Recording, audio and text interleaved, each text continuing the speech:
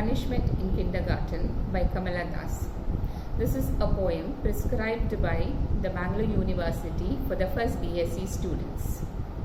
I will now present an analysis of the poem Punishment in Kindergarten.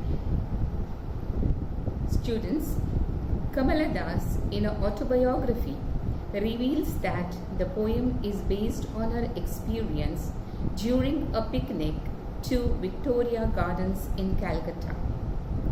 While she was alone near a hedge, a teacher scolds her for not playing with the other children. At an adult age, she remembers this childhood hurt with a sense of mature detachment.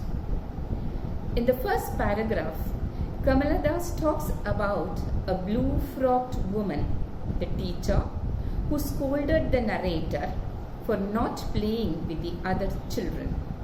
The poet remembers her because she insulted her with harsh words.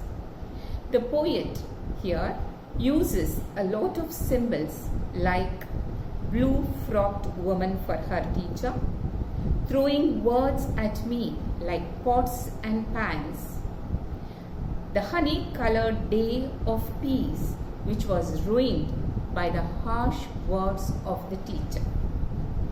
In the second part, the poet says when the teacher scolded her, the other students who were sipping sugar cane laughed in merriment at the poet's tears.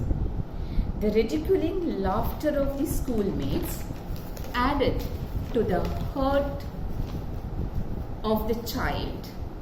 The poet buried her face in the sun-warmed hedge and smelled the flowers and the pain.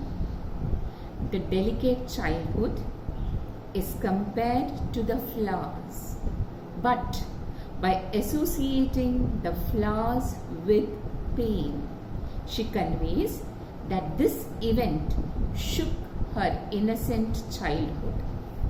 The mature poet says that the children are funny things as they are unable to understand the depth of a sad soul. In the third part, the poet is able to recount the incident with adult peace.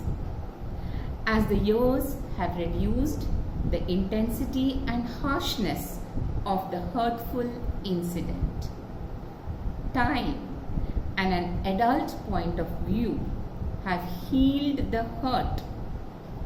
The angry words of the teacher are muffled now. The laughing faces of the students are blurred.